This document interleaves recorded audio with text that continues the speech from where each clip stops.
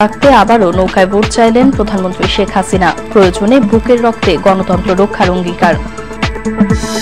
সব ষড়যন্ত্র প্রতিহত করে শেখ হাসিনাই হবেন অন্তর্বর্তী সরকারের প্রধান, বললেন আওয়ামী লীগের শীর্ষ নেতারা।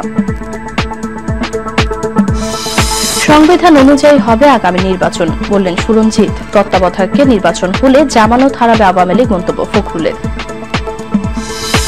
বিএনপি ক্ষমতা এলে পঞ্চদশ সংশোধনী বাতিলের ঘোষণা মওদুদের। কোনো হুমকি ধামকিতে লাভ হবে না, বললেন স্বরাষ্ট্রমন্ত্রী।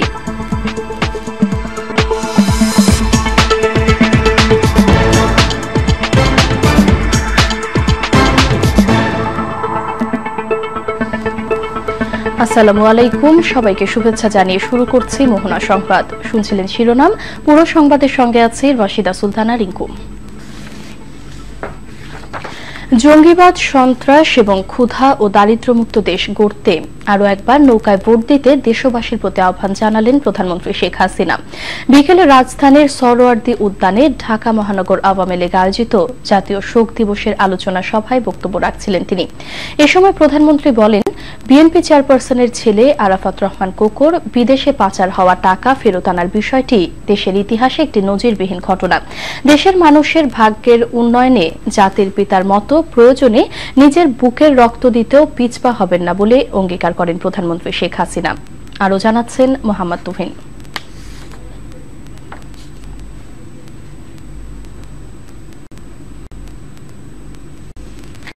দর্শক, রিপোর্টটি প্রক্রিয়াধীন থাকায় আমরা রিপোর্টটির জন্য অপেক্ষা করছি।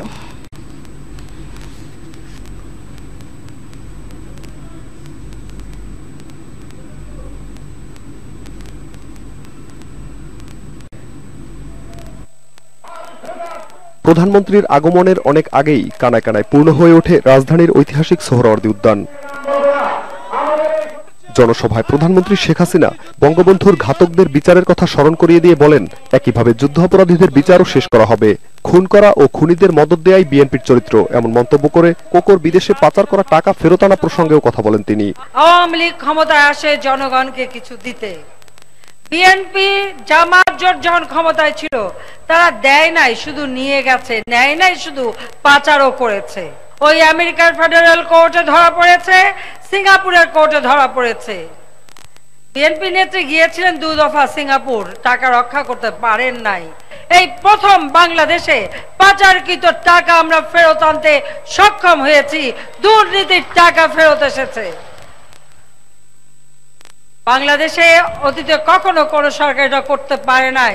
এটাও রাষ্ট্র পরিচালনা আমাদের সাফল্য, যে আজকে জনগণের সম্পদ জনগণের কল্যাণে কাজে লাগবে, সেই টাকা আমরা ফেরত এনেছি। কি জবাব দেবেন বিএনপি নেত্রী? আন্দোলনের বাতাসে প্রধানমন্ত্রীর চুল উড়ে যাবে, বিএনপি চেয়ারপারসনের এমন বক্তব্যেরও জবাব দেন শেখ হাসিনা। আমাদের বিএনপি নেত্রী আমাকে কটাক্ষ করে বলেছেন, যিনি নাকি আন্দোলনের এমন বাতাস দেবেন, ওনার আন্দোলনের বাতাসে আমার নাকি চুলগুলি উড়েই চলে যাবে। এখন আমি তো মাথায় ঘোমটা দিয়ে থাকি, চুল তো আর আপনাদের দেখাতে পারছি না, আমার কিন্তু পরচুলা পড়া নাই। আমি বিএনপি নেত্রীকে বলি, আমার মাথায় পরচুলা নাই যে বাতাসে উড়ে যাবে, যা আছে আসলে আছে, নকল নাই। যার মাথা থেকে পা পর্যন্ত নকল, উড়ে যাবার ভয় তারই আছে, আমার সে ভয় নাই। এ সময় পানি, বিদ্যুৎ সহ অবকাঠামো উন্নয়নে বর্তমান সরকারের নেয়া পদক্ষেপগুলো তুলে ধরেন তিনি। আজকে আমরা দেখি বাংলাদেশের মানুষের ভাগ্য নিয়ে ছিনিমিনি খেলা, দুর্নীতি, হত্যা, জঙ্গিবাদ, সন্ত্রাস, এটাই তাদের একমাত্র কাজ। যখনই ক্ষমতা এসেছে তখনই মানুষের উপর অত্যাচার, নির্যাতন করেছে। যারা কোরআন শরীফ পড়াতে পারে, যারা মসজিদে আগুন দিতে পারে, যারা মানুষ হত্যা করে, যারা খুনিদের মদদ দেয়, যারা যুদ্ধাপরাধীদের বাঁচাতে চায়, তারা বাংলাদেশের মানুষের কল্যাণ চায় না। আওয়ামী লীগ মানুষের খাদ্যের নিরাপত্তা নিশ্চিত করেছে, খাদ্য উৎপাদন বৃদ্ধি করেছে। এই রমজান মাসে দরিদ্র মানুষকে আমরা বিনা পয়সায় খাদ্য বিতরণ করেছি। ঢাকার যানজট নিরসনে ইতিমধ্যে আপনারা নিজেরাই দেখেছেন যে আমরা বনানী, কুড়িল, যাত্রাবাড়ি, হানি ফ্লাইওভার খুব তাড়াতাড়ি এটা উদ্বোধন করা হবে, মিরপুর এয়ারপোর্ট সহ এবং হাতিরঝিল প্রকল্প যা দৃষ্টিনন্দন এবং যানজট মুক্ত ঢাকা করার জন্য বিভিন্ন কর্মসূচি ইতিমধ্যেই আমরা বাস্তবায়ন করেছি। ঢাকা শহর আজকে আসলে পরে মানুষ দেখে ঢাকার উন্নয়ন কাকে বলে। প্রধানমন্ত্রী জানান, দুঃখী মানুষের মুখে হাসি ফুটিয়ে জাতির পিতার স্বপ্নের সোনার বাংলা গড়তে চান তিনি। আমার একটাই লক্ষ্য, বাংলাদেশের মানুষের অধিকার, দুঃখী মানুষের মুখে হাসি ফুটিয়ে বাংলাদেশকে ক্ষুধামুক্ত দারিদ্র্যমুক্ত সোনার বাংলা গড়ে তোলা, যে বাংলাদেশের স্বপ্ন জাতির পিতা দেখেছিলেন। তাই আপনাদের কাছে আমরা সহযোগিতা চাই, যে বাংলাদেশের উন্নয়নের অগ্রযাত্রা শুরু হয়েছে সেই উন্নয়নের গতি অব্যাহত রাখা এবং যেটুকু কাজ আমরা শুরু করেছি তা বাস্তবায়ন করবার জন্য আমি বাংলার মানুষের কাছে এবং বিশেষ করে ঢাকাবাসীর কাছে আর একটিবার নৌকা মার্কায় ভোট চাই, যে উন্নয়নের গতি অব্যাহত থাকে। বিগত নির্বাচনে ঢাকার সবগুলো আসনে মহাজোট প্রার্থী বিজয়ী হওয়ায় ঢাকাবাসীকে ধন্যবাদ জানাতে ভুললেন না প্রধানমন্ত্রী। জাতীয় শোক দিবস উপলক্ষে এই জনসভার আয়োজন করা হলেও এতে উঠে আসে আগামী নির্বাচনে অনেক দিক নির্দেশনামূলক বক্তব্য। এতে যোগ দিয়ে প্রধানমন্ত্রী শেখ হাসিনা আবারও নৌকা ভোট চান। বললেন, আওয়ামী লীগ ক্ষমতা আসলেই 2001 সালের মধ্যে ক্ষুধা ও দারিদ্র্যমুক্ত একটি সত্যিকারের সোনার বাংলা গড়ে তোলা সম্ভব হবে। সোহরাওয়ার্দী উদ্যান থেকে মোহাম্মদ তুহিন, মোহনা সংবাদ, ঢাকা। দেশি বিদেশি সব ষড়যন্ত্র মোকাবিলা করে শেখ হাসিনার নেতৃত্বে অন্তর্বর্তীকালীন সরকারের অধীনেই আগামী জাতীয় নির্বাচন ঘোষণা দিয়েছেন আওয়ামী লীগের শীর্ষ নেতারা। তারা বলেছেন, বিএনপি যুদ্ধাপরাধীদের রক্ষা ও দেশকে জঙ্গিবাদী রাষ্ট্রে পরিণত করতে চায়, তাই তাদের বিরুদ্ধে সবাইকে ঐক্যবদ্ধ হতে হবে। জাতীয় শোক দিবস স্মরণে ঢাকা মহানগর আওয়ামী লীগ আয়োজিত জনসভায় এসব কথা বলেন তারা। জাহাঙ্গীর আলমের রিপোর্ট। বেলা 3:30টার দিকে শুরু হয় জনসভা। একে একে বক্তব্য রাখেন আওয়ামী লীগের ঢাকা মহানগর ও কেন্দ্রীয় নেতারা। শিক্ষা, স্বাস্থ্য, বিদ্যুৎ সহ নানা খাতে সরকারের অর্জন তুলে ধরে বিরোধী দলের ভূমিকার সমালোচনা করেন তারা। প্রধানমন্ত্রী শেখ হাসিনার নেতৃত্বে এই সরকারের অধীনে সুষ্ঠু জাতীয় নির্বাচন অনুষ্ঠানের ঘোষণাও দেন নেতারা। শেখ হাসিনার সরকার ওই মিরপুরের উপনির্বাচনের মতো কারচুপি করে নাই। শেখ হাসিনার সরকার আজকে দেশগার মতো কারচুপি করে নাই। কারচুপির সরকার শেখ হাসিনার সরকার নয়। যুদ্ধ যদি হয় শেখ হাসিনার অধীনে, আমরা ওই বাঙালি জাতির বিরুদ্ধে যারা, তাদের বিরুদ্ধে আমরা রুখে দাঁড়াবো 71-এর মতো। যে উন্নয়নের ধারা চলছে সেই ধারাকে অব্যাহত রাখার জন্য জননেত্রী শেখ হাসিনার পাশে ঐক্যবদ্ধ হয়ে তার হাতকে শক্তিশালী করে, যাতে ভবিষ্যতে আর কোনোদিন এই বাংলাদেশকে ওই হাওয়ান সৃষ্টি করে দুর্নীতির আখ্যাবাস করতে না পারে। ডক্টর ইউনূসের সাম্প্রতিক পক্ষপাতমূলক ভূমিকার সমালোচনাও করেন আওয়ামী লীগের নেতারা। আপনি মধ্যস্থতা করতে চেয়েছেন, আপনি কে? আপনি কি নিরপেক্ষ? বিএনপি যেমন তত্ত্বাবধায়ক সরকার চায়, আপনি তত্ত্বাবধায়ক সরকার চেয়েছেন। আপনি আওয়ামী লীগকে ভোট না দিতে বলেছেন, সুতরাং আজকে আপনি একজন রাজনীতিবিদ হয়ে গেছেন। জনসভায় মহানগর আওয়ামী লীগের সহসভাপতি আলহাজ কামাল আহমেদ মজুমদার বলেন, শোকের মাসে শোককে শক্তিতে রূপান্তরিত করে যুদ্ধাপরাধীদের দোসর বিএনপিকে মোকাবেলা করবে আওয়ামী লীগ। 1971-এ জাতির জনক বঙ্গবন্ধু ঘোষণা করেছিলেন, এবারের সংগ্রাম মুক্তির সংগ্রাম, এবারের সংগ্রাম স্বাধীনতার সংগ্রাম। যেদিনকে 1969-এর গণ আন্দোলনে যারা নেতৃত্ব দিয়েছিলেন, যারা 1971-এর বঙ্গবন্ধুর ভাষণকে ধারণ করে আন্দোলন করেছিলেন, সেই 69-এর গণ আন্দোলনের নেতৃবৃন্দ এখানে বসা রয়েছেন। আমি তাদেরকে অভিনন্দন জানাই, ধন্যবাদ জানাই। প্রিয় ভাই ও বোনেরা, আমাদের আজকে শোককে শক্তিতে রূপান্তরিত করে আজকে যে যুদ্ধ অপরাধী মানবতা বিরোধীদের বিচার চলছে, যাদের ইতিমধ্যে 5টি রায় ঘোষিত হয়েছে, সেই যুদ্ধ অপরাধী মানবতা বিরোধী তাদেরকে আজকে আমাদেরকে প্রতিহত করতে হবে। যারা যুদ্ধ অপরাধীদেরকে সমর্থন করে, যারা নির্বাচনকে বানচাল করতে চায়, যারা আজকে তত্ত্বাবধায়ক সরকারের কথা বলে দেশে বিভ্রান্তি সৃষ্টি করতে চায়, ঢাকা মহানগর আওয়ামী লীগের নেতা কর্মীরা সদা প্রস্তুত। জননেত্রী শেখ হাসিনার নির্দেশের অপেক্ষায় তারা রয়েছে। যদি জননেত্রী শেখ হাসিনা নির্দেশ প্রদান করেন, এই সকল বিরোধী যারা আজকে বিভিন্ন অপকর্মে লিপ্ত রয়েছে, যারা গাড়িতে অগ্নিসংযোগ করে, যারা মানুষ হত্যা করে, যারা পুলিশ হত্যা করে, তাদেরকে অবশ্যই ঢাকা মহানগর আওয়ামী লীগ প্রতিহত করবে। প্রিয় ভাই ও বোনেরা, আমি আমার বক্তব্য দীর্ঘায়িত না করে আমি শুধু বলবো, আগামী নির্বাচনে অন্তর্বর্তীকালীন সরকারের অধীনে নির্বাচন ইনশাআল্লাহ অনুষ্ঠিত হবে। মাননীয় প্রধানমন্ত্রী জননেত্রী শেখ হাসিনা সেই সরকারের প্রধান হিসাবে দায়িত্ব গ্রহণ করবেন।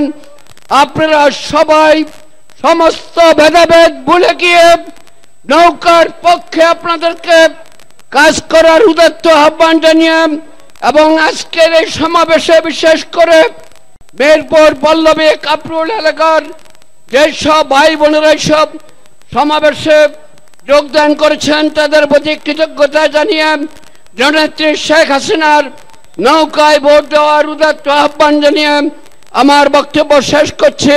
বিরোধী দলের অপপ্রচারে দেওয়া ক্ষমতাসীন সরকারকে আবার নির্বাচিত করার আহ্বান জানান আওয়ামী লীগের নেতারা। আমাদের শপথ দিতে হবে, শেখ হাসিনার নেতৃত্বে বাংলাদেশ আমরা জঙ্গি মুক্ত করেছি। শেখ হাসিনার নেতৃত্বে ইনশাআল্লাহ আগামী নির্বাচনে বিজয় লাভ করার পরে বাংলার জনগণকে আবার সুখী সমৃদ্ধ দেশে পরিণত করব। জাহাঙ্গীর আলম, মোহনা সংবাদ, ঢাকা। এদিকে আওয়ামী লীগের জনসভাকে ঘিরে জনসমুদ্রে পরিণত হয়েছিল সরোয়ার্দী উদ্যান। দুপুর থেকে ব্যানার, ফেস্টুন, প্ল্যাকার্ড সহ মিছিল নিয়ে সমাবেশস্থলে আসতে শুরু করে ঢাকা মহানগর আওয়ামী লীগ ও সহযোগী সংগঠনের নেতাকর্মী সমর্থকরা। স্লোগানে স্লোগানে মুখরিত হয়ে ওঠে উদ্যান ও আশপাশের এলাকা। আরো জানাচ্ছেন বিপ্রজিৎ বাপ্পা।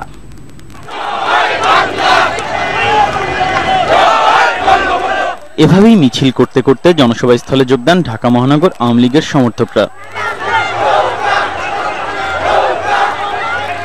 জনসভায় যোগ দিতে রাজধানীর বাংলা মোটরের টেলিযোগাযোগ ভবনের সামনে জড়ো হন ঢাকা 15 আসনের আওয়ামী লীগের কয়েক হাজার নেতাকর্মী।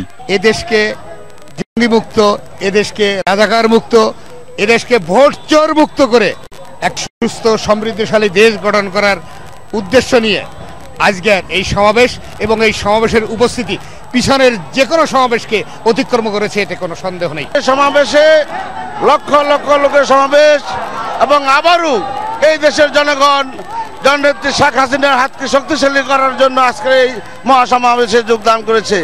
বাংলার জনগণ যে শান্তির স্বাদ, যে উন্নয়নের স্বাদ তারা পেয়েছে, তার প্রমাণ আজকের এই জনসভা, আজকের এই জনসমুদ্র। সেখান থেকে মিছিল নিয়ে তারা যান সরোয়ার্দী উদ্যানে। নেতাকর্মীদের প্রত্যাশা, গত 4.5 বছরে যে পরিমাণ উন্নয়ন হয়েছে দেশের মানুষ তার মূল্যায়ন করবে। মাননীয় প্রধানমন্ত্রী জননেত্রী শেখ হাসিনার উন্নয়নের ধারা অব্যাহত রাখার জন্য ঢাকাবাসী আজকে এই জায়গায় সমবেত হয়েছে এবং আগামী জাতীয় নির্বাচনে নৌকা মার্কায় ভোট দিয়ে জননেত্রী শেখ হাসিনার উন্নয়নের ধারা অব্যাহত রাখার জন্য ঢাকাবাসীর প্রতি বিশেষভাবে অনুরোধ করছি।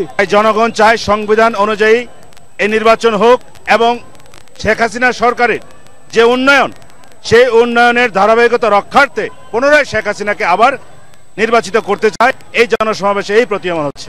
যে এই জোয়ারই বলে দিচ্ছে যে শেখ হাসিনা একবার নয় বারবার ক্ষমতায় আসবেন।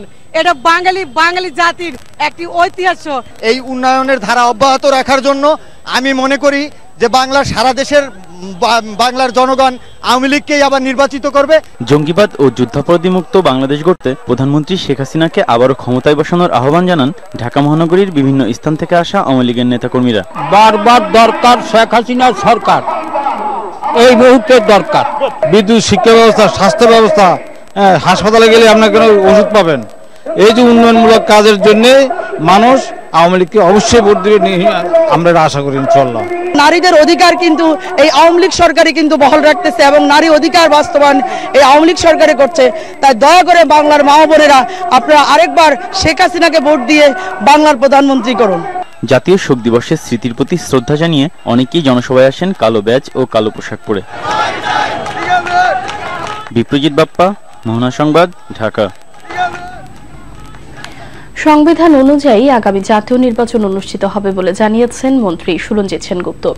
রাজধানীর ডিপ্লোমা ইঞ্জিনিয়ার্স ইনস্টিটিউশনে এক আলোচনা সভায় সংকট নিরসনে বিরোধী দলকে সংলাপে বসার আহ্বান জানান তিনি।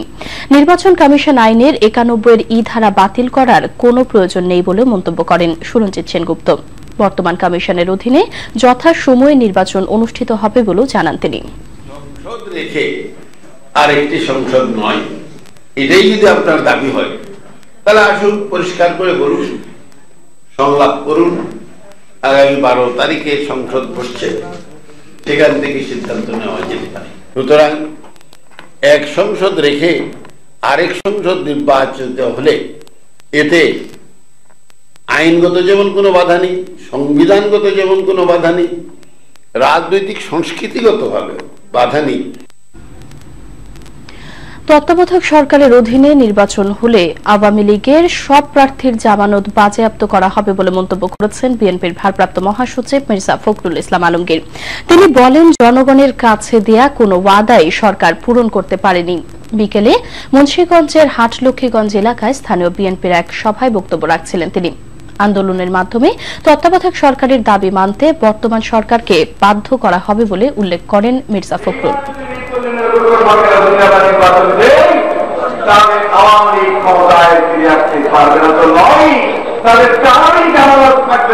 বিদেশি লোকেরা বলতে শুরু করেছে যে এই যুদ্ধাপরাধীদের বিরুদ্ধে যে বিচার হচ্ছে, এই বিচারটা বিচার হচ্ছে না, এটা বিচারের নামে ধর্ষণ। অসংখ্য মিথ্যা কথা বলে তারেক রহমানের রাজনৈতিক ভবিষ্যৎকে ধ্বংস করার জন্য, তাকে জীবন করার জন্য তার বিরুদ্ধে মিথ্যা অপপ্রচার করা। বিএনপি ক্ষমতায় এলে সংবিধানের ৫ম সংশোধনী বাতিল করবে বলে জানিয়েছেন দলের স্থায়ী কমিটির সদস্য ব্যারিস্টার মওদুদ আহমেদ।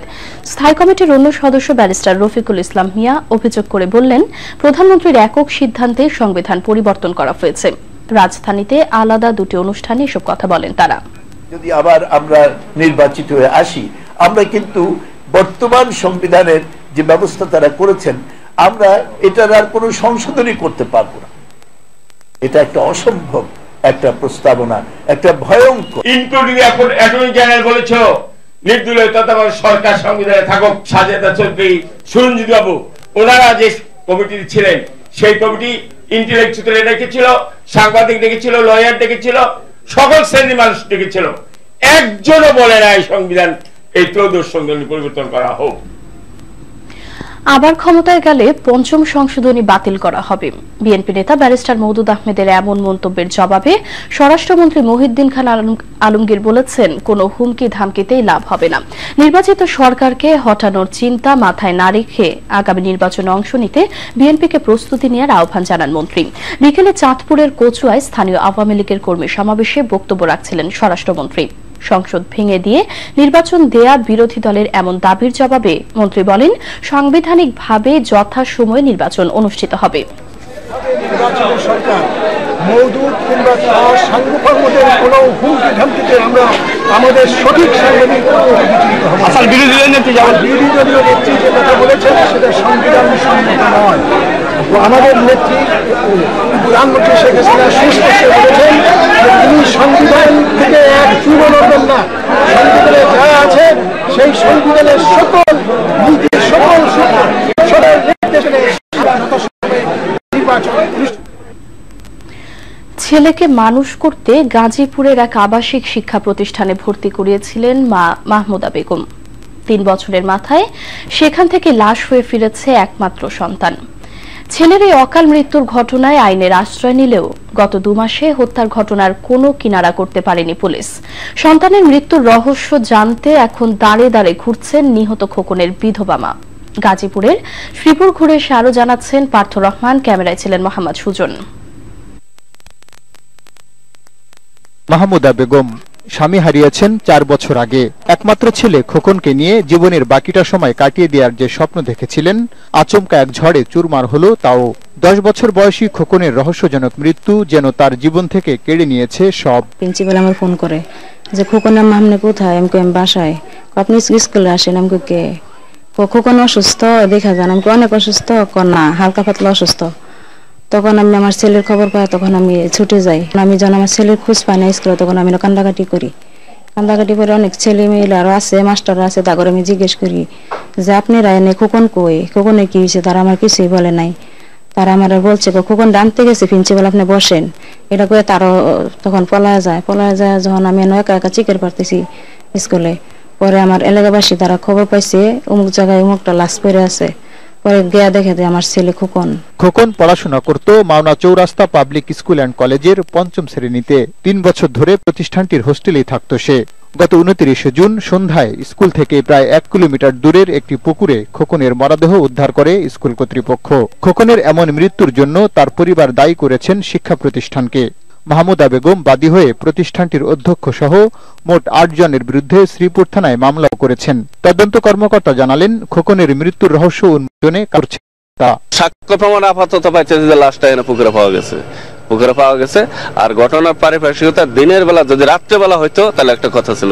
দিনের বেলা এখানে ওপেন লোকজন চলাচল করে, কারণ বাইরেতে মাইরিয়াই না এখানে ফেলানো আসলে না, রাতে না, মাগরিবের আগে না মাগরিবের আজানের আগে লাশ পাওয়া গেছে। ছেলেটা তো স্কুলে থাকতো, স্কুল কর্তৃপক্ষের কি অবহেলা আপনাদের কাছে? অবশ্যই স্কুল আবাসিক, যেহেতু আবাসিকের তাদের অবহেলা আছে, তাদের অবহেলা না থাকলে স্কুল ছেলে এখানে আসবে কেন? তবে খোকনের মায়ের সেই অভিযোগ অস্বীকার করেছেন প্রতিষ্ঠানটির অধ্যক্ষ। আমি তো আসলে কোনো ছাত্রকে আঘাত করি নাই, আর আঘাত করার তো প্রশ্নই ওঠে না। একটা হচ্ছে যে আমি ওদের তো কোনো ক্লাসও নেই না, বা নিয়ম শৃঙ্খলা ভঙ্গ করলেও আমি বকাঝকা করি বা ধমক দেই, প্রহার করি না। এলাকাবাসীর দাবি খোকনের মৃত্যু রহস্য উন্মোচন করে দোষীদের শাস্তি নিশ্চিত করা হোক। পার্থ রহমান, মোহনা সংবাদ, শ্রীপুর, গাজীপুর। এবার মার্কেন্টাইল ব্যাংক লিমিটেড সংবাদ বিরতি, এরপর অন্যান্য সংবাদের সঙ্গে থাকছে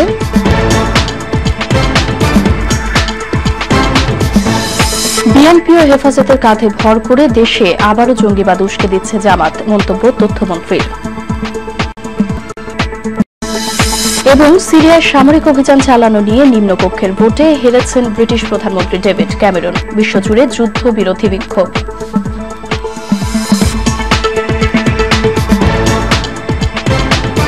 রাজধানীর পাবলিক লাইব্রেরিতে বরেণ্য সাংস্কৃতিক ব্যক্তিত্ব সৈয়দ হাসান ইমামকে ক্রান্তি পদক প্রদান অনুষ্ঠানে মন্ত্রী অভিযোগ করেন জঙ্গি তৈরির পেছনে বিরোধী দলীয় নেত্রী বেগম খালেদা জিয়ারও মদত রয়েছে। সুষ্ঠু গণতান্ত্রিক ধারা অব্যাহত রাখতে সশস্ত্র জামাত ও তেঁতুল হুজুরের সঙ্গ ত্যাগ করতে বিএনপির প্রতি আহ্বান জানান মন্ত্রী।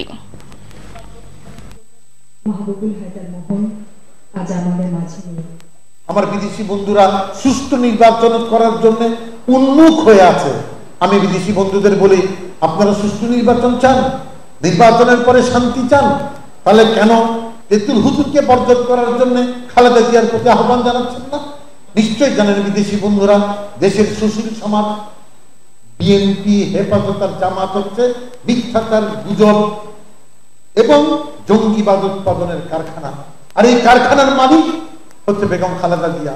বেগম খালেদা জিয়ার মালিকানায় আপনার হেফাজত, জামাত আর বিএনপি প্রতিনিয়ত মিথ্যাচার, গুজব আর জঙ্গিবাদ উৎপাদন করে চলেছে।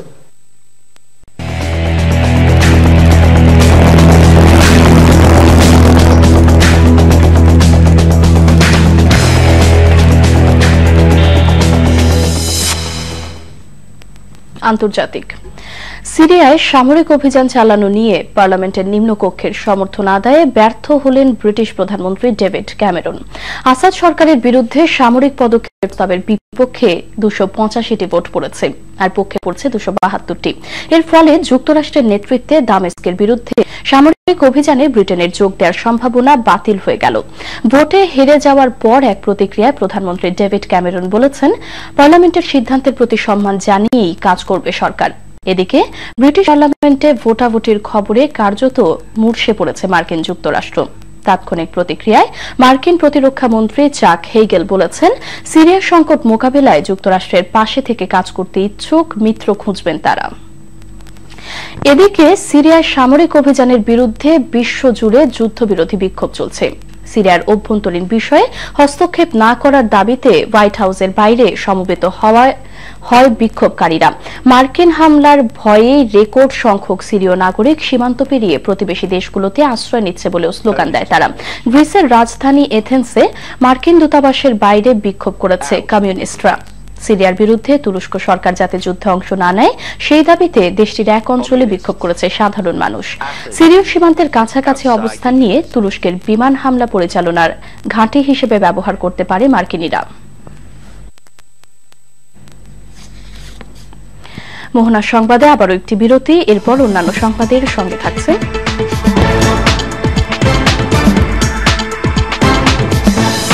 যুদ্ধাপরাধীদের বিচার চলমান রাখতে বর্তমান সরকারকে আবারও নির্বাচিত করার আহ্বান জানালেন সাহারা খাতুন। এবং 10ম সাফ ফুটবল চ্যাম্পিয়নশিপে বাংলাদেশের প্রথম ম্যাচে শনিবার সন্ধ্যায় প্রতিপক্ষ স্বাগতিক নেপাল।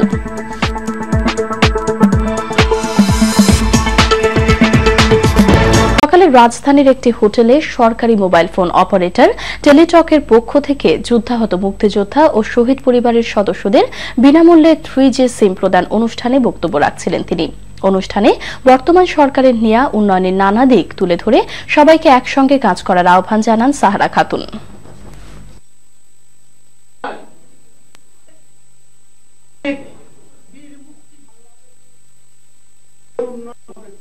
যুদ্ধ অপরাধীদের বিচার সেই বিচারের রায় কার্যকরী করতে পারে এবং যে সকল কর্মসূচি ইতিমধ্যে সরকারের পক্ষ থেকে নেওয়া হয়েছে সেটা কার্যকরী করতে হলে অবশ্যই আগামীতে আবার আপনাদের বর্তমান সরকার শেখ হাসিনা সরকার আবার অবশ্যই ক্ষমতায় আসা দরকার।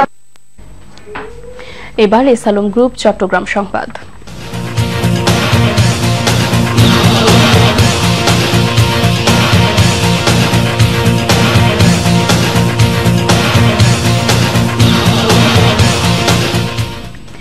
রাজাকার মুক্ত দেশ গঠন ও উন্নয়নের ধারা অব্যাহত রাখতে যুবলীগ নেতাকর্মীদের প্রতি আহ্বান জানিয়েছেন সংগঠনের সভাপতি ওমর ফারুক চৌধুরী। তিনি বলেন, এজন্য যুবলীগের প্রতিটি নেতাকর্মীকে সাংবাদিক হতে হবে, কেননা সব তথ্য সংগ্রহের কাজ করতে হলে সাংবাদিকদের মতো দায়িত্ব পালনের বিকল্প নেই। সকালে চট্টগ্রামের একটি হোটেলে এক মতবিনিময় অনুষ্ঠানে বক্তব্য রাখছিলেন তিনি। এবার 3 স্টার প্রপার্টিজ লিমিটেড খেলার সংবাদ।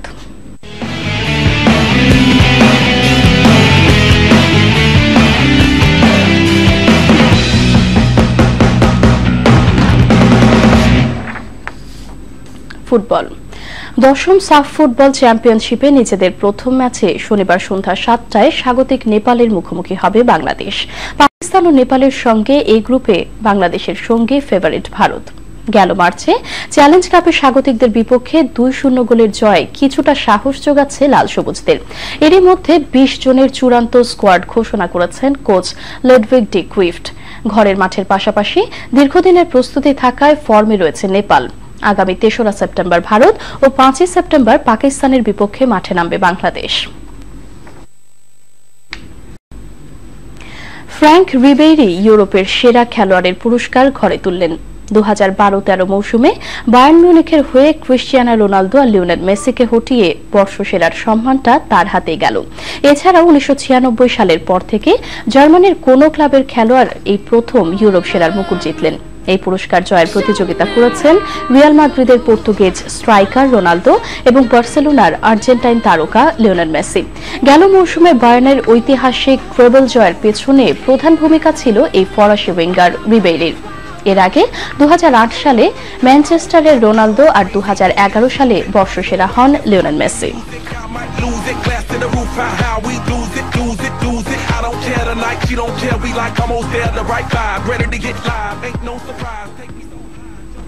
সংবাদ শেষ করার আগে শিরোনাম